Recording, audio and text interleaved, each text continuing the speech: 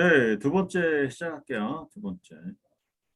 자, 여기 보시면 산업별 AI 도입 기술 이렇게 얘기를 하는데 이 표가 그래도 맥킨지가 만든 표예요. 이게 맥킨지가 뭐 매년 조사를 해가지고 이렇게 만들긴 하는데 이게 제가 보기에는 좀 허접해요. 왜 허접하냐면 뭐 AI를 이렇게 뭐 기술이 이렇게 뭐 로보틱 프로세스 오토메이션 뭐 RPA가 나왔고 컴퓨터 비전, 머신러닝, 뭐 내추럴 랭귀지 테스트 언더스탠, 텍스트 언더스탠딩, 뭐 버추얼 에이전트, 뭐 피지컬 로봇, 뭐 내추럴 랭귀지 스피치 언더스탠딩, 뭐 내추럴 랭귀지 제너레이션, 오토노머스 스피크 이렇게 얘기하는데 이게 사실은 뭐 이거를 AI를 이런 식으로 갈라서 뭐 하는 것도 뭐 나쁘진 않지만 제가 보기에는 좀 더 세분화도 할 수 있고 뭐 세분화가 어려면 좀 더 이렇게 좀 나이스하게 좀 할 수 있을 것 같긴 한데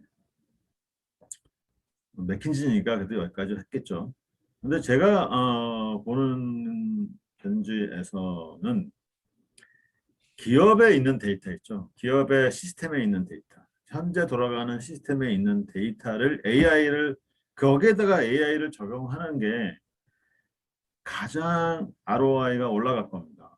외부 데이터. 여기서 보시는 외부 데이터를 통한 뭐 이 AI를 적용하는 거. 그런 거보다는 내부 시스템에 돌아가는 게 이제 제일 중요한데 그 이유가 뭐냐면 일단 디지털화 돼 있잖아요. 그 다음에 내 비즈니스잖아요. 내 현재 돌아가는 비즈니스. 그 다음에 이 데이터를 보고 AI를 가장 적용할 게 좋은 게 뭐냐면 포캐스팅이에요. 포캐스팅. 예를 들면 AI라는 게 이제 그 AI 모델을 만들면 예를 들어서 이런 걸 하나 만든다고 칩시다. 이게 그 어느 웹사이트에 들어와서 고객이 클릭을 하는데 클릭하는 그런 거를 데이터로 받아들이면 얘가 어디를 클릭할지를 예측할 수 있어요. 더 중요한 건 뭐냐면 얘가 물건을 살 놈이다 아니다라는 거를 클릭하는 것만 쳐다보면 대충 만들 수 있거든요. 그런 거는. 게다가 이제 뭐 프로파일 정보에다가 뭐 얘에 대한 과거의 고객 정보를까지 갖다 합치면 더 정교한 걸 만들 수 있죠. 그래서 만약에 이런 거를 만약에 필요로 한다면 내부 데이터 시스템을 가지고 AI에다 집어넣어서 그거를 포캐스팅하는 게 훨씬 더 이 현재 기업체에서 AI를 가지고 ROI를 놀릴 수 있는 그런 기회입니다. 근데 이게 안 되는 이유 중에 뭐냐면 AI에 이 접목대에 들어와야 되는 데이터는 정확도가 99.9%여야 돼요. 그 얘기는 뭐냐면 우리나라 그 컴퓨터 이 계정계 시스템 또는 뭐 운영계 시스템에서 돌아가는 이 시스템 ERP 뭐 이런 거는 빈칸이 너무 많아. 빈칸이 너무 많아서 빈칸이 많고 틀린 데이터가 많아요. 그래서 틀린 데이터를 다 교정을 해야 되고 틀린 데이터에 대한 정확한 그런 이 분포도 이런 거 다 계산을 해서 수정을 해줘야 되거든요. 그게 이제 굉장히 어려운 돈이 많이 들어가는 그 분야이기 때문에 지금 뭐 외부에서 도입을 하는 그런 경우가 많은데 제가 보기에는 기업 내부에 있는 데이터를 가지고 AI를 활용하는 거 이게 최고 ROI가 올라간다. 그 부분은 기억하시고요. 또 한 가지는 그거를 하기 위해서 기존에 있는 시스템을 뭔가 손을 봐야 돼요. 결국에는 이제 결국에는 이 AI가 어디까지 가야 되느냐. AI가 기술 이슈보다는 ROI 이슈다.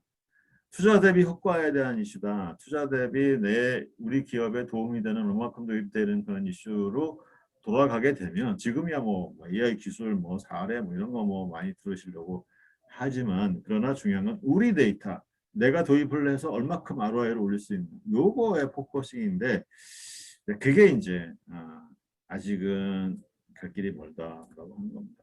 그래서 이제 그 시스템 정보계 시스템을 AI를 위해서 다시 구축해야 되는 필요성이 있다. RPA는 여기 로봇 프로세스 오토메이션인데 사실 로봇하고 아무런 관계가 없어요. 전혀 관계가 없어요. 이건 뭐냐면 옛날에 BPM이라고 있어 비즈니스 프로세스 매니지먼트라고 있었는데 그거랑 비슷해요. 기존에 있는 그런 그 여러 가지 시스템들이 있는데 사람이 이제 하는 게 굉장히 비슷해요. 왜냐하면 여러분 그 은행에서 뭐 담보대출 한다 그러면 뭐 달라고 하는 서류가 정해져 있어요. 쫙 정해져 있어요. 마크 해가지고 그거 갖다 주면 은행은 뭐 하냐? 이걸 가지고 다 스캔을 해. 스캔을 해가지고 거기 있는 데이터 사람 손으로 집어넣어. 사람 손으로 집어넣고 그다음에 이제 그 넥스트에서 그 데이터를 시스템에서 봐가지고 그 모델에다가 집어넣어서 이 사람을 이 대출해줘 말아야 돼. 그 프로세스 쫙 긴데 그 프로세스 딱 태워가지고 이게 돌리거든요. 근데 제일 처음에 거기 집어넣을 때 사람이 다 해야 되는 거지. 그래서 로봇 프로세스는 굉장히 중요한 포인트가 뭐냐면 이 스캔한 데이터를 읽는 거. 특히나 이제 필기체로 되어 있는 거 있잖아요. 그거를 읽어야 되는데 우리나라에서는 참 그게 잘 안 돼요. 필기체로 인식하는 것도 안 될 뿐만 아니라 활자로 되어 있는 조차도 다 100% 99.9%도 안 되는 거죠. 그래서 RPA가 이제 도입은 하는데 그래서 이제 롬 프로세싱이나 이제 기존에 있는 매번 사람들이 손으로 해야 되는 일들을 자동화 시키는 거 그게 이제 RPA입니다. 그게. 뭐 RPA 금융기관 많이 도입을 하고 있죠. 그런데 이제 이거를 여기서는 이제 RPA를 AI라고 한 거는 사실은 AI를 언제 들어가느냐면 론 프로세스에서 입력을 받아가지고 맨 끝에 가게 되면 론을 해줄까 말까 하는 요 디시전이 있잖아요. 지금은 이제 요게 굉장히 그 크레딧 모형을 막 거대한 모형에다 집어넣어서 그거를 돌리고 있는데 이걸 이제 AI로 이제 도입을 하는 데가 이제 생기기 시작하고 있어요. 근데 그거를 이제 합쳐서 이제 RPA라고 하고 AI가 그래서 여기 RPA를 AI의 하나의 뭐 부속품 또는 뭐 분야 이렇게 생각하고 있는데 사실은 그거는 AI 대화 도우미는 이제 주로 우리나라도 그렇고 외국도 그렇고 예약 음식점 예약 이거는 네이버에서 지금 하고 있어요. 뭐 전화를 해가지고 전화 받아서 언제 몇 명이 오시냐 하는 거. 요거 이제 그 이 예약 처리하는 거 이거는 이제 AI가 지금 하고 있어요. 근데 콜센터에서 예약 콜센터에서 고객에 대한 이슈, 문제점 이런 것들을 AI가 하는 거는 지금 굉장히 어려운 분야이긴 해요. 아직도. 자, 그다음에 우리나라도 이런 거 굉장히 많아요. 이게 지금 자동차 사고가 났어요. 그러면 이미지를 전부 다 찍죠. 그러면 이미지 찍어가지고 이 보험사에 보내면 보험사는 이 이미지를 딱 찍은 걸로 보고 대체적으로 이거를 고치는데 얼마다 이렇게 딱 이게 있어요. 에스티메이션에 그리고 이제 자동차의 이제 공업소 수리소 이런 데 가가지고 이제 견적을 받게 되면 어떤 데는 뭐 굉장히 돈을 많이 차지하는 데가 있죠. 근데 요걸 보고 그게 많이 차지한다 안 한다 이거를 이제 판단하는 거예요. 이거는 이제 전 세계적으로 이 스마트폰으로 찍어서 자동차 수리 비용에 대한 그 에스티메이션 하는 거는 이제 전 세계적으로 많이 쓰고 있습니다. 자, 오토ML은 오토매틱 머신 러닝의 약자예요. 오토ML. 오토매틱 머신 러닝이 뭐냐? 여러분, 이 딥러닝이든 머신러닝을 하다가 보면 뭐가 문제냐면 하이퍼 파라미터라는 게 있어요. 하이퍼 파라미터. 하이퍼 파라미터는 레이어를 어떻게 줘야 되는지. 그러니까 우리가 10개의 레이어를 쌓아야 되는지 9개를 쌓아야 되는지 20개를 쌓아야 되는지 100개를 쌓아야 되는지 해보기 전까지는 몰라요. 이게 AI가 좀 고달픈 거야 뭐냐면 AI 모델을 만들다 보면 야 여기서 이게 뭐 댄스 뭐 아웃풋을 이게 150으로 해야 돼 30으로 해야 돼 10으로 해야 돼 이거 선택하는 게 어떤 이룰 업성 내가 뭐 이렇게 지금까지 해왔던 뭐 이런 게 없어요. 그러니까 각자 알아서 하는 거야 각자. 참, 이 세계 첨단 AI라고 하는 첨단을 하는 사람 입장에서 보면 거의 노가다예요. 그러니까 이 레이어를 몇 개를 쌓아야 돼. 그다음에 뭐 코스트 펑션은 뭘로 줘야 돼. 그다음에 뭐 트레이닝은 어떤 식으로 해야 돼. 뭐 이런 이 선택해야 되는 거지 한 20개 넘어요. 근데 이 선택해야 되는 20개에 따라서 결과가 달라지는데 이 룰업섬이 없다라고 하는 거지. 이론도 없고 룰업섬이 없어요. 그래서 모든 경우의 수 있잖아요. 20개가 선택할 수 있는 모든 경우의 수가 뭐 수만 가지가 되겠지. 그 수만 가지의 알고리즘을 굉장히 높은 확률이 높은 데서부터 이제 차례차례 이게 돌려가지고 가장 좋게 나오는 놈을 선택하는 거. 그게 오토예요. 이걸 누가 해주느냐? 이런 거는 이 하드웨어 이게 몇 개 하드웨어 알고 하드웨어가 빵빵한 그런 시스템이 있으면 그 시스템을 돌아서 가장 옵티멀한 케이스의 하이퍼 파라미터를 선정을 해서 돌리면 정확도가 제일 높아진다라고 하는 걸 제시하는 거잖아요. 근데 이런 거는 다 돌리는 거예요. 이게 이 하드웨어가 다 돌리는 거지. 그러면 하드웨어를 제일 빵빵하게 가지고 있는 데가 구글, 데이터 센터잖아요. 클라우드 데이터 센터. 구글, 마이크로소프트, 그 다음에 아마존, 그 다음에 데이터 로봇. 여기는 이제 2010년대부터 시작한 한 오래된 회사인데 어쨌든 이런 회사들이 오토 ML 소프트웨어를 제공을 해요. 근데 이거의 기본은 뭐냐면 하드웨어지. 돌리면 모든 경우의 수를 다 돌아서 네요. 그러니까 가장 간단한 것도 한 10시간씩 돌아가더라고요. 그러니까 뭐 내가 보기에는 뭐 아이디어는 좋은데 실제로 돌려보면은 야 이거 뭐 나이스하네. 우리 같은 사람이 좀 굶어 죽겠네 하는 정도는 아니에요. 왜냐면 이게 뭐 거의 그 이 바보처럼 돌아서 제안해 주기 때문에 역시 사람이 들어가서 노가다성으로 일을 하는 게 얘보다 훨씬 더 잘한다 이렇게 얘기를 할 수가 있는 거죠.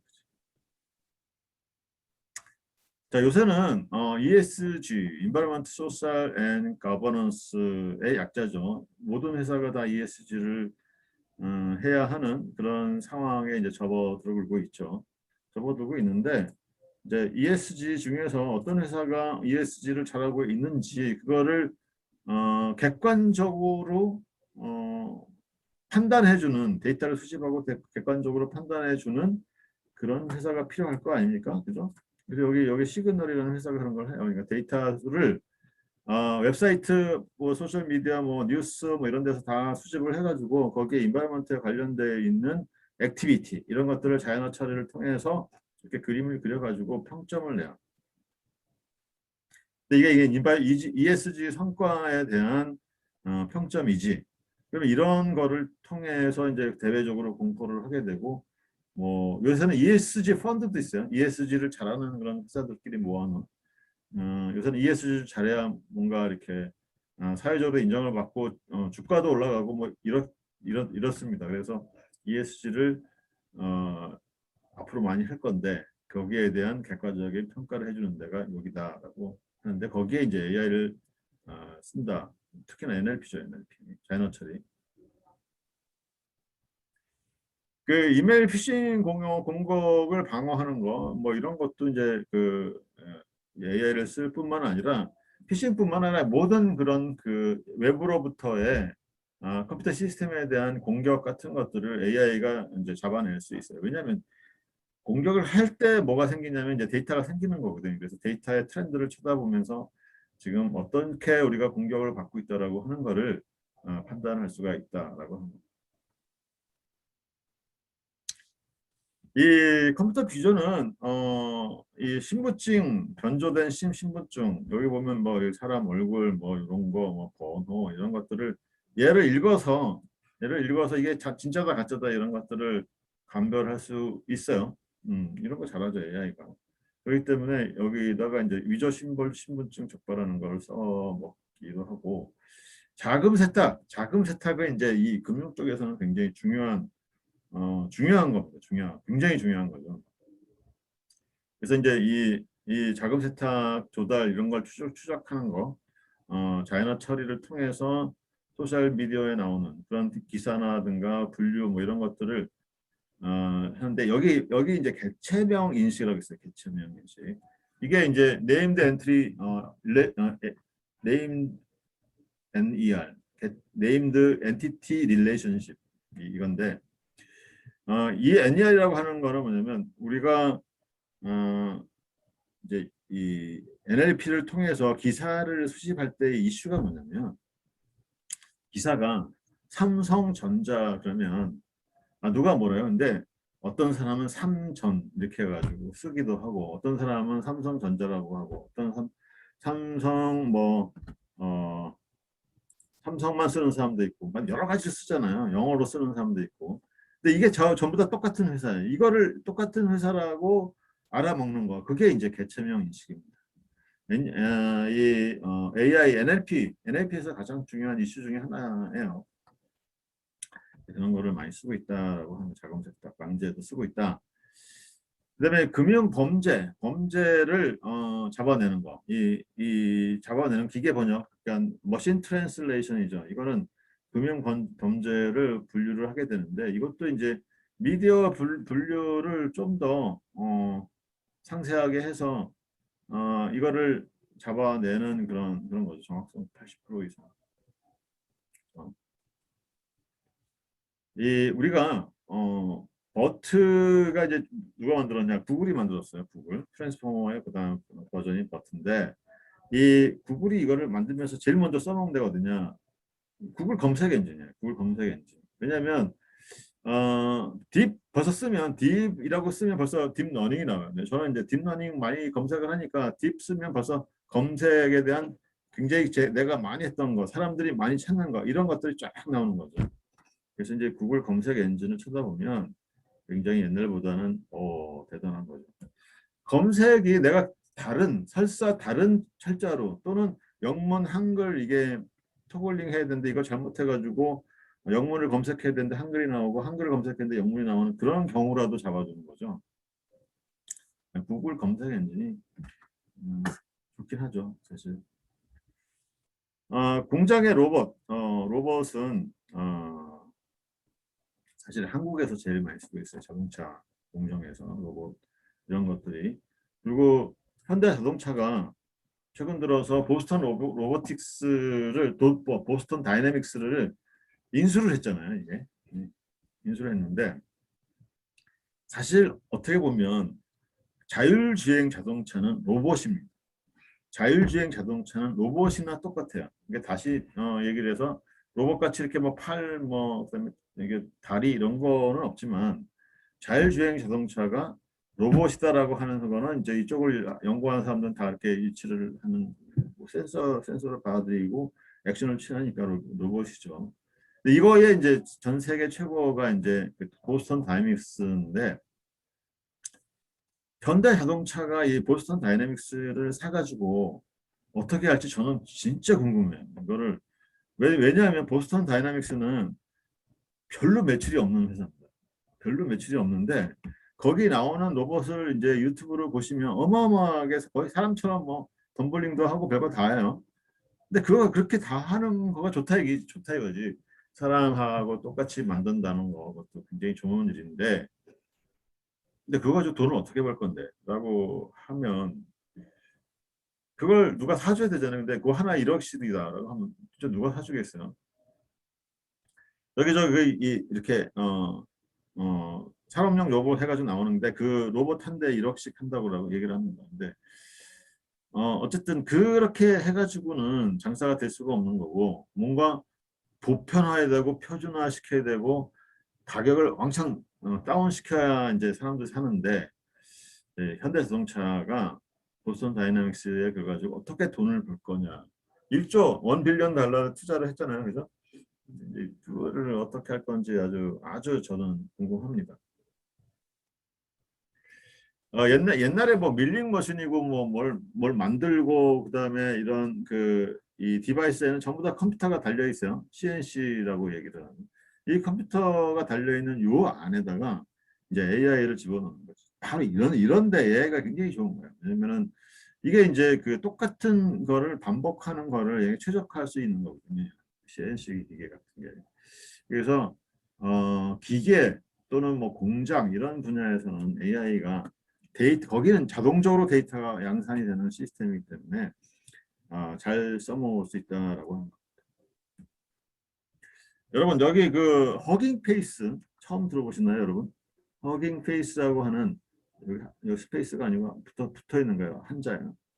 허깅 페이스라고 하는 회사가 있는데 이 회사는 프랑스하고 뉴욕에 이제 예, 프랑스 회사인데 뉴욕에 이제 지사가 있어요.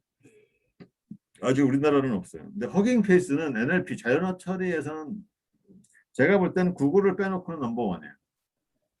구글하고 오픈AI 빼놓고는 전 세계적으로 기술력이 NLP에 대한 기술력이 이제 최고인데 이 회사에 보면은 들어가면 뭐 여기 버트라든가 그다음에 디스틸 버트라든가 뭐 GPT라든가 이런 모든 그런 그 프리트레인드 모델이 다 들어있어요. 다 있어. 그러니까 이거를 갖다가 다운받아 가지고 트랜스퍼 러닝을 해서 쓰면 되는 거지.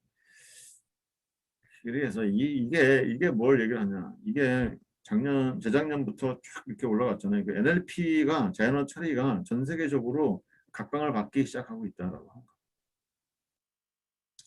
이게 이제 현재 2,500개 이상의 트랜스포 모델이 존재한다. 트랜스포머 지난주 제가 말씀을 드렸어요. 트랜스포머에 대해서. 이 챗봇은 굉장히 많이 제대로만 되면 진짜 돈 버는 거죠. 챗봇은 그 범위가 어마어마해요. 챗봇의 활용 범위는. 근데 왜 우리는 챗봇을 안 쓸까요? 왜 우리는 챗봇을 안 쓰냐? 첫째로 챗봇이 스마트하지 못해서 내가 챗봇하고 몇 번 얘기를 하면 얘가 이상한 답을 해. 그러면 우리는 당연히 안 하죠. 근데 요새 이제 이루다라고 하는 이루다 그 아시죠? 해보셨어요, 여러분? 이루다 챗봇 여성 20대 여성이라고 하는 그 이루다 챗봇 문제가 돼가지고 이제 들어갔는데 사실 이루다 챗봇이 거의 유일하게 제가 우리 이 한글로 대화를 해서 대답을 똑똑하게 해주는 똑똑하기보다는 제대로 해주는 그런 챗봇이 이제 처음 나온 거죠. 근데 이제 그 이루다라고 하는 챗봇의 이슈가 뭐냐면 모든 AI는 학습 데이터가 있어야 됩니까? 학습 데이터를 어디서부터 가져왔냐면은 무슨 뭐 앱이 하나 있어요. 그래서 그 앱은 뭐냐면 연인과의 카카오톡으로 대화한 내용들을 걔네들한테 갖다 주면 야 니네들은 뭐 지금 남자가 여자를 몇 프로 더 좋아하고 여자가 남자를 몇 프로 좋아하고 이런 수치가 쫙 나와요. 그래서 젊은 친구들이 그걸 많이 써 왔는데 거기에 있는 대화로 그 안에 뭐 개인 이름도 들어가고 주소도 들어가고 뭐 은행도 들어가고 어카운트 번호도 들어가고 뭐 벽에 다 들어갔을 거 아니에요. 근데 그걸 다 학습한 거지. 이르다라고 하는 애는.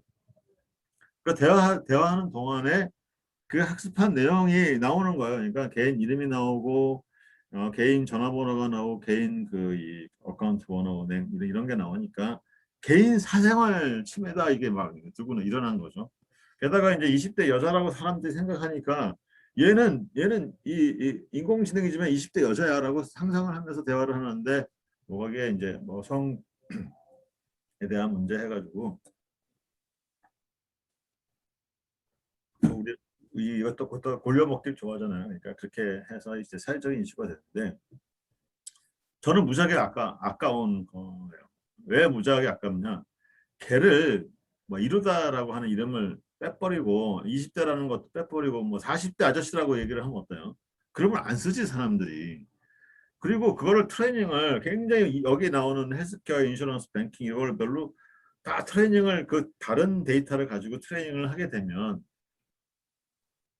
굉장히 잘 써먹었을 거예요. 돈도 굉장히 많이 벌었을 거예요. 왜냐하면 헬스케어나 인슈런스나 이런 데 가장 큰 문제가 사람이 앉아가지고 전화를 다 받아줘야 되고 이런 이슈잖아요. 근데 그런 거를 이루다라는 다른 이름의 그 챗봇이 있어서 이렇게 했다고 하면 굉장히 잘 써먹겠다.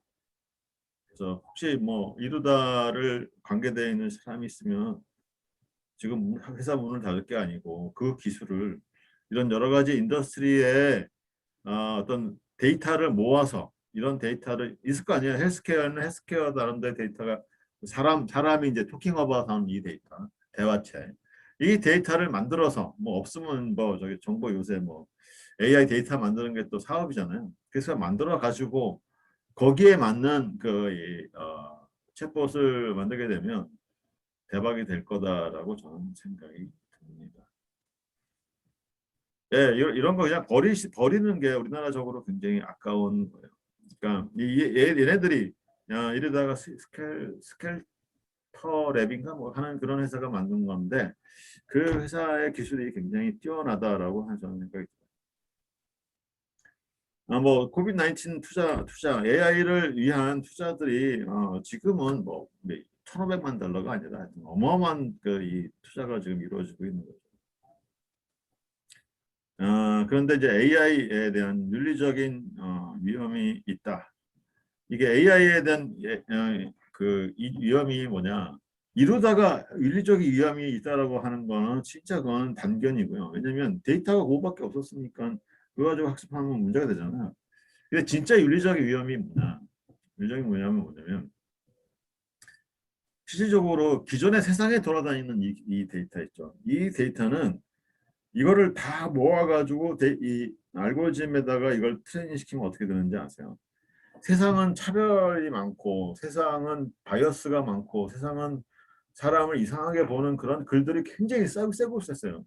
그걸 다 학습한다고 생각을 해보세요. 그러면 AI가 어떻게 반응하나? 우리 인류에 가지고 있는 모든 이슈가 AI에 다 학습이 되는 거예요. 당연하지. 이런 게 문제가 되는 거지. 그래서 이거는 자연스러운 거예요. 이거는. 그 중에 하나가 뭐냐면 안면인식인데 안면인식이 100% 정확하지 않다고 얘기를 드렸습니다. 그죠? 근데 사람은 AI는 정확하다고 생각을 하는 거야. 그래서 이게 여기 AI가 나오는 그대로 뭔가 법 집행을 할 때 이제 문제가 생기는 거죠. 여기 이제 이거예요, 이거. 이 두 사람이 같아 보입니까? 안 같아 보입니까? 근데 이게 서로 안 같아 내가 금방 봐도 안 같아 보이는데 애가 이게 비슷하다고 얘기를 한 거예요. 그러니까 이제 경찰이 얘를 체포를 한 거지. 그래서 구금을 시킨 거예요. 근데 이게 부당한 체포인 거예요. 안면 인식을 통해서 AI를 지나치게 믿어가지고 안면 인식을 통해서 이제 체포를 시킨 거가 잘못됐다라고 합니다. 뭐 페이스북도 소송을 받았죠. 이게 그래서 뭐 쓸데없는 사람들한테 뭐 태깅하라고 하는 거. 그래서 이제 얘네들은 돈이 있으니까 돈으로 이제 이게 해결을 한 겁니다. 이게. 이 얼굴 인식 이런 게 사실 자유 세계에서는 우리나라를 포함해서 미국이나 이런 데는 굉장히 크게 이슈가 되는 거예요. 당연히 그렇죠. 내 얼굴이 잘못 인식을 하게 되면 내가 나라는 사람을 잘못 인식이 되면 거기에 나오는 어떤 법적인 문제가 생기는데 이제 중국도 좀씩 나오면 거기도 이제 이슈가 있다고 그러는데 어쨌든 이제 이런 게 이제 크게 이슈가 되는 겁니다. 사실 우리가 어딜 가든 이제 앞으로 카메라를 피할 수가 없어요. 그죠? 카메라를 피할 수 없다고 하면 그 카메라에 들어있는 내 얼굴 사진 그거 어떡할 거냐 이거지. 이거 받아가지고 그거를 누군가 이 잘못된 의도를 가지고 그거를 어떻게 한다라고 하면 할 수도 있어요. 근데 어, 법적으로 법적인 제도가 필요한 거죠. 뭐. 이 안면 인식이죠. 안면 인식. 안면 인식은 점점 이렇게 얼굴 윤곽선을 따요. 그러니까 얼굴을 그냥 그냥 컴퓨터 비전, CNN 뭐 이런 걸 통해서 인식을 하게 되면 그거는 픽셀을 가지고 인식을 하기 때문에 대충 비슷하면 비슷하다고 얘기를 하는 거지. 근데 이제 실제로 이제 발전되어 있는 그런 안면 인식 기술은 중요한 포인트들과의 각도 이런 것들을 찾아요. 이 포인트들과의 각도를 찾아가지고 그 각도를 계산을 해서 이 사람이 뭐다라고 이제 인식을 하는 게 이제 그 페이스 디텍션 알고리즘입니다. 페이스북에서 지금 페이스넷이라고 하는 걸 오픈했는데 여기 보시면 이제 센스 타임이라고 있죠. 센스 타임 이 중국 사람이에요. 중국 사람, 중국 회사. 그다음에 맥비 이것도 중국 회사요. 근데 이런 회사들이 이제 앞서 나가고 있어요. 사실 저도 센스타임이랑 거의 비슷하게 국방과학연구소에서 이걸 시작을 했는데 안면 인식, 뭐 추적 뭐 이런 걸 다 했는데 저는 데이터가 없어서 못했어요. 데이터가 우리나라 법에 CCTV 있는 데이터는 본인의 허가를 받지 않고는 사용할 수 없기 때문에 이거는 안 됐었던 거죠. 근데 중국이니까 된 거예요.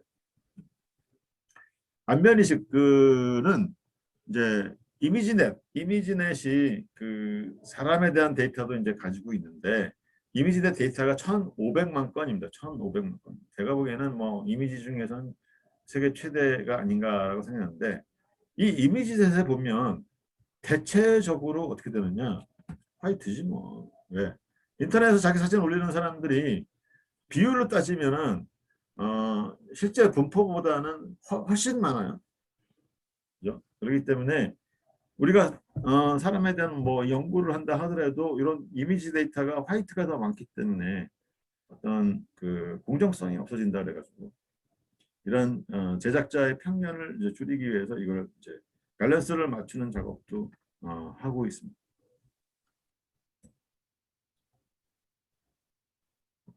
뭐 특정한 주에 따라서 이게 뭐 법안이 이제 통과가 돼서 이제 안면 이제 얼굴 스캔하는데 영장이 필요하다 뭐 이런 얘기예요. 중국은 대단한 거죠. 이렇게 얼굴 보면 다 이제 누군지 다 인식이 되는 거죠. 이렇게 이런 것이 어, 소비자 보호법 위반이다 해가지고 공원을 고소를 하고 뭐 그랬어요. 사실 중국은 이렇게 해서 범죄자를 색출하는 데도 써먹었어요. 뭐 범죄자 아니라도 이제 색출할 수가 있는데 어쨌든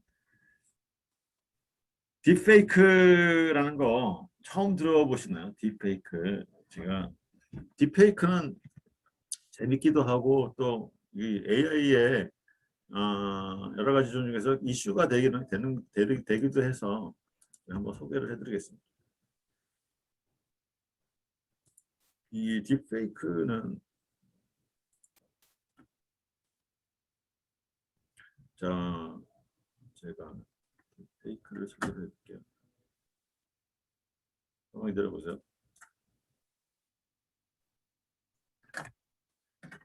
짠짠짠.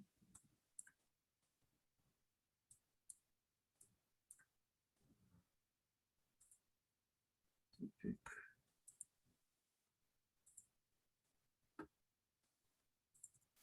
자 이거 보십시오. 딥페이크를 통한 어,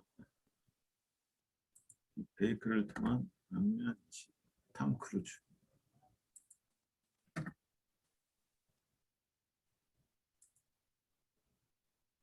네, 이거 나오죠.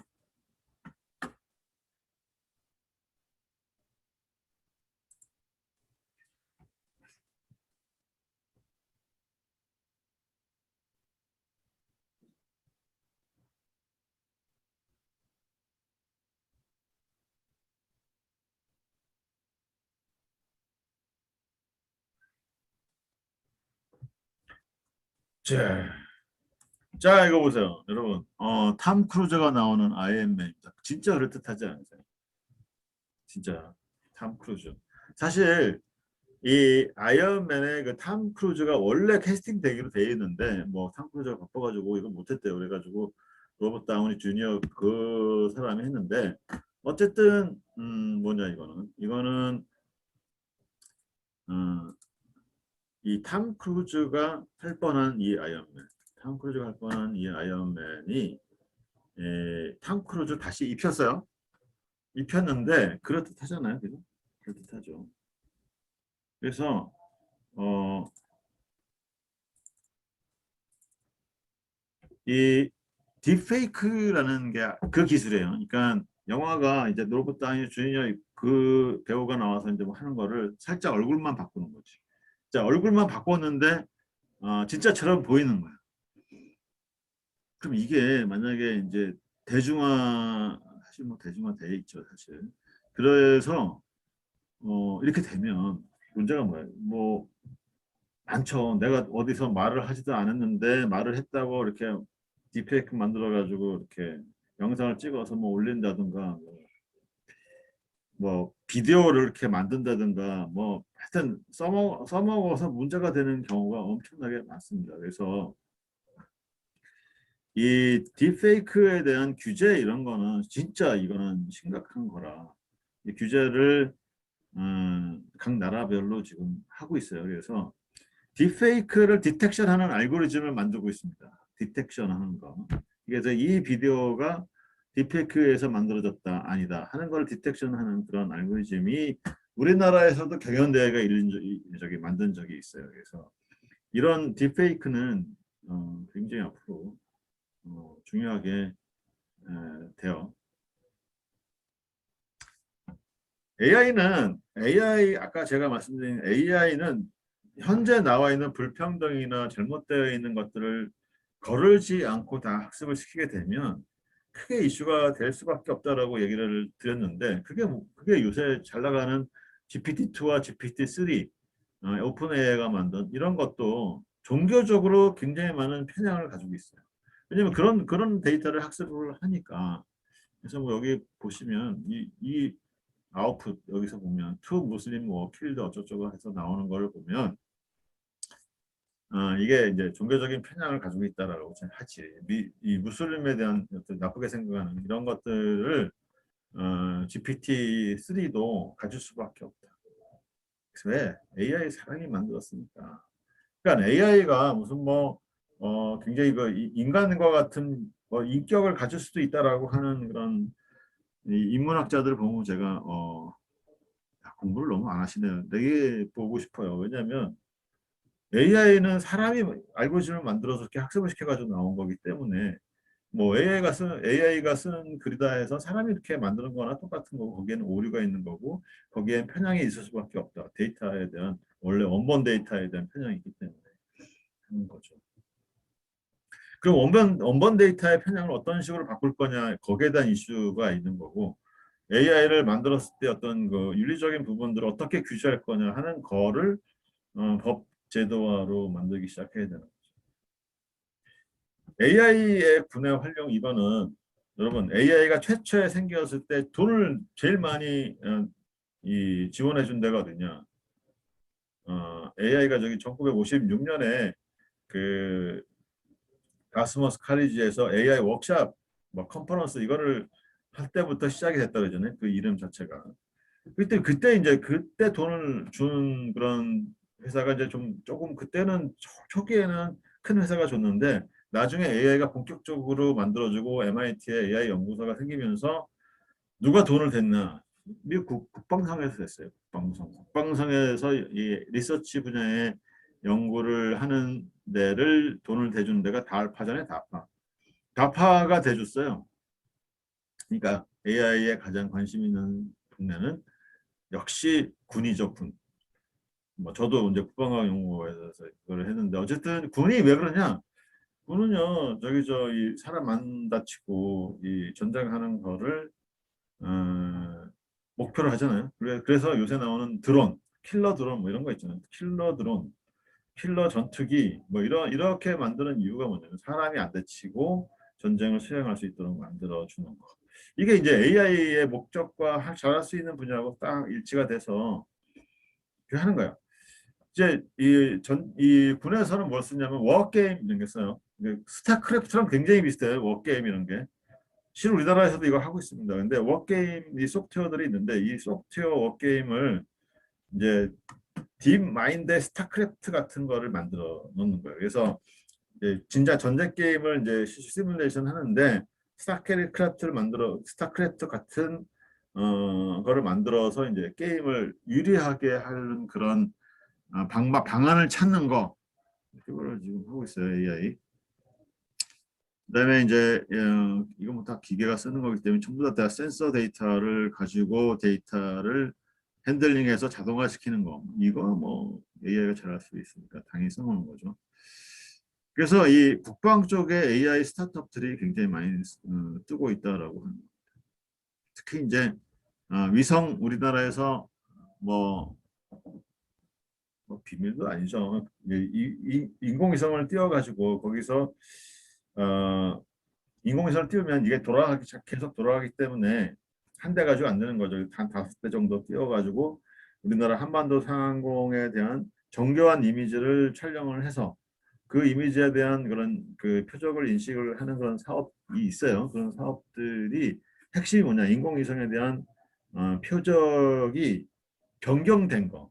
뭐 눈이 와서 변경될 수도 있고 컬러가 변경되고 비가 올 수도 있고 뭐 구름이 끼어서 안 보일 수도 있지만 어쨌든 특정한 위치에 있던 뭐 구조물이 딴 데로 갔다. 어디로 갔느냐.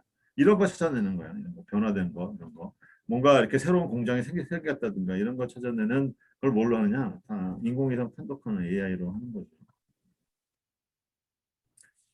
드론 수출이 사실은 이거 뭐 저기 저 미국에서는 오픈되어 있다고 얘기를 해요. 그래서 뭐 돈만 주면 미국 드론은 이제 살 수 있다는데 이런 게 미국서는 이슈가 되고 있어요. 재미나는 게 이거야 사실. 알파 도그 파이트라는 게 있는데 알파고를 만든 어, 이 딥마인드에서 만든 건 아니에요. 알파 도그 파이트라고 해서 알파 시리즈를 만들었잖아요. 딥마인드에서 알파고, 알파 제로, 뭐 알파 스타, 그다음에 알파 폴드 뭐 이런 거 만들었는데 이거는 이제 헤론 시스템이라는 데서 만들었어요. 헤론 여기 헤론 시스템에서 만들었는데 이게 이제 인간 조종사하고 AI고 이제 전투를 하는 거죠. 이렇게 독파이트를 하는 건데 기총 사격을 해가지고 떨어뜨린 거예요. 기총 사격. 미사일도 아니고 기총 사격. 그래서 이제 인간을 5대 빵으로 이겼다라고 하는 거죠. 인간을 5대 빵으로 이겼는데 이 알파독 알파독 파이트 이 시스템이 헤론 시스템 만들었는데 한국에 AI 게이머가 있어요. 한국에 AI 게이머가 있는데 리모트로 게이머 한성호 씨가 있어요. 한성호 씨가 리모트로 이 아까 이 AI 조종사하고 결전을 해서 1승 3패 1무. 1승 3패 1무. 뭐 이세돌이랑 거의 비슷하죠. 하여튼 1승을 했어요. 1승을. 사람이 그래서 이제 뭐 여기 이 헤론 시스템 이걸 만든 헤론 시스템 깜짝 놀랐다는 거야. 사람이 어떻게 이길 수 있냐. 근데 이제 이 한성호 씨는 이 어떻게 됐냐 그다음에 어, 한성호 씨는 요 헤론 시스템의 어드바이저 요거 자기네 시스템 만들면 요거 한번 겨뤄보는 그런 사람으로 취직이 됐어요. 취직이. 뭐 게임도 잘하고 볼 거예요. 그래서 특별 채용이 됐죠. 특별 채용. 자, 그다음에 이제 실제로 이제 요 사람은 이제 국방장관인데 AI 대 인간 공중전을 실제로 해보겠다라고 실제로 재밌겠죠. 이게 모든 기술은 전쟁을 통해서 발전이 획기적으로 됩니다. 획기적으로 몇 개의 대전을 통해서 인간의 기술이 극적으로 발전을 했어요. 근데 이게 이런 일이 일어나면 안 되겠는데 어쨌든 그렇습니다. 모든 그 책임 있는 사용 원칙, AI 우리나라에서는 AI의 윤리적인 부분이 이루다를 통해 가지고 이제 얘기가 되고 있는데 그건 불행한 겁니다. 왜냐하면 데이터가 없는 거를 잘못 데이터를 가지고 학습한 게 당연히 잘못다는 거지. 근데 실제로 현재 우리나라 지금 데이터 댐 사업 이런 거 많이 하고 있잖아요. 데이터 댐 사업을 가지고 문제가 생겼을 때 이런 얘기를 해주는 거. 그래야 이제 사실 그런 법적인 원칙들이 얘기를 하는 거지. 지금 이러다 가지고 얘기를 하면 없는 걸 가지고 얘기하는 거나 마찬가지예요. 뭐 AI 학회에서 닙스라고 뉴럴 IPS라고 하는 닙스 다음에 나오는 닙스 넥스트 버전 닙스라는 거를 이름을 바꾼 거죠. 뉴럴 IPS라고 했는데 여기서는 이제 윤리적인 측면을 이제 모여서 강조를 했어요. 그래서 공정성을 강조를 하고 있고 이 리스판시블 AI 구글도 리스판시블 AI에서 공정성, 해석성, 개인정보 보호 이런 거에 초점을 맞추고 있는 겁니다. 신장 요새 뭐 신장 목화가 이제 이슈가 되고 있어요. 그래서 신장에서 만든 신장이 어디냐? 저기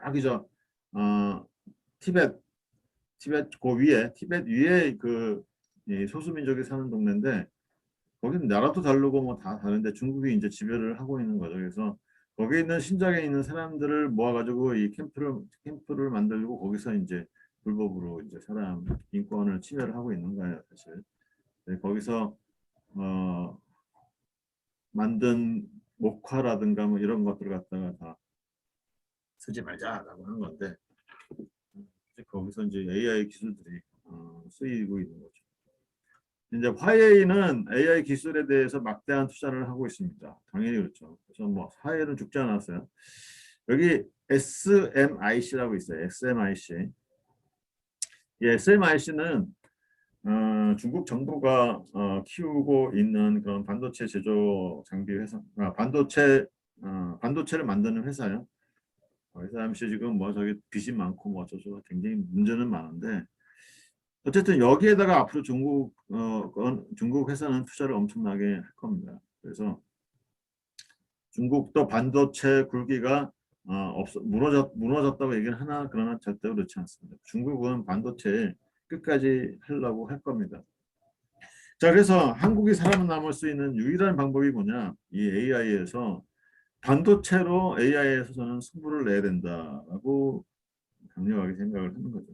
정부가 하는 지금 모든 투자를 이런 거는 이런 거 이 반도체 집중해야 된다라고 저는 생각이 들어요. 반도체 장비, 반도체를 만드는 거 세상의 모든 반도체를 우리가 다 만든다. 그런 생각으로 해야 이 AI 트렌드를 우리가 가장 맥시멈으로 이 돈을 캐피탈라이즈 할 수 있는 그런 방안이다라고 저는 이제 강력하게 주장하는 거죠. 쓸데없이 다른 데다 쓰지 말고 하드웨어 만드는데 돈을 써라 하는 게 제 한마디로 그렇게 얘기하는 겁니다. 자, 이거 보시면 이 삼성전자의 매출이 이렇게 올라갔다. 분기별 매출이에요. 이건 분기별 매출인데 이렇게 갔다가 이렇게 갔다가 이렇게 갔다가 이제 이게 2019년까지 이제 지금 올라오고 있어요. 지금 올라오고 있는데 해도 삼성전자는 뭐 CIMDS 뭐 이렇게 있다는 건 다 아시죠. 그래서 이제 반도체 부분 여기가 IM 여기가 모바일이에요. 모바일. IM이 모바일이고 DS가 반도체. 여기 녹색이 반도체고 파란 게 가전이에요. 파란 게. 파란은 별거 없죠. 가전은. 근데 중간에 이제 2012년 그때 모바일 혁명 뭐 이 안드로이드 폰이 유행을 해서 어마어마하게 이제 삼성전자가 이제 폰을 만들어서 수익을 올렸는데 자, 여기 보시면 이제 2016년부터 시작해서 2017, 18까지 빅데이터 모바일 클라우드 혁명이 있어서 또 2017년에는 또 뭐죠? 그 암호화폐 비트코인 거기 채굴 그 수요가 다 있어가지고 여기에 이제 이 반도체를 엄청 팔아먹었습니다. 근데 자 지금 이제 반도체 세컨 사이클이 이제 시작이 되는데 이게 몇 년 가는 거죠? 이게 한 3년은 가는 건데 지금 AI 자율주행, 5G, IoT 뭐 이렇게 해가지고 이제 혁명이 일어났는데 자 여기서 한국이 뭘 해야 살아남느냐 이거죠. 여기서 어떻게 이렇게 또 커브를 그려가지고 또 여기 전 세계 이런 수요들을 흡수를 하느냐 하는 게 빅 이슈예요. 뭐 AI 자율주행 하면 뭐합니까? 우리는 따라가만 가면 돈 벌 수 없는 거죠. 이거를 리딩해 가야 되는데 어느 분야에서 우리가 리딩해 가야 될 거냐? 그게 하드웨어다 이거지. 그래서 삼성전자가 이제 작년 2020년 사실은 2019년에 1,300조를 투자를 하겠다, 130조를 투자를 하겠다고 했고 이제 메모리 시장이 전체됐으니까 비메모리로 이제 2019년에 가겠다라고 했는데 2020년에 이제 이 코로나가 빵 터지면서 이 반도체, 이 시스템 반도체, 비메모리 반도체 시장이 확 뜬 거죠. 그래서 여기는 TSMC가 50% 이상, 51%, 50 지금 뭐 더 늘어났어요. 이게 이제 다 차지하고 있고 삼성은 33%는 아니고 지금 17%인가 그래요. 근데 이게 이제 그 이 시장 여기가 여기네 여기고 18%. 네, 지금 전 세계 그 삼성전자의 시스템 반도체, 비메모리 반도체의 파운드리 그 매출로 보면 한 요 정도 된다 이거지. 1등과 너무 격차가 많이 나는 2등이에요 현재. 전 세계 전 매출이 아니라 파운드리 매출이 이렇게 되는데 이제 여기서 이제 비메모리 반도체의 산업 구조를 좀 이해를 하셔야 되는 부분이 뭐냐 하면 여기 IP 기기 기업이 있고 그다음에 IP 기업에서 그 설계 도면을 가지고 실제로 반도체 칩 설계를 하는 데가 있고 그런 걸 가지고 디자인 하우스에서 디자인을 해서 파운드리에다 생산을 여기서 생산을 하고 그 칩들을 이제 묶어 가지고 이제 그 패키징이라고 해요. 패키징을 해서 조립 검사하는 이런 여기까지 긴 체인. 이 메모리 반도체는 이런 게 없어요. 근데 이런 이 시스템 반도체는 이런 기나긴 서플라이 체인이 있습니다. 자, 10시 50분인데 10분 쉬시고 11시부터 넥스트 얘기를 하고 전체를 마치도록 하겠습니다. 자, 10분 쉴게요.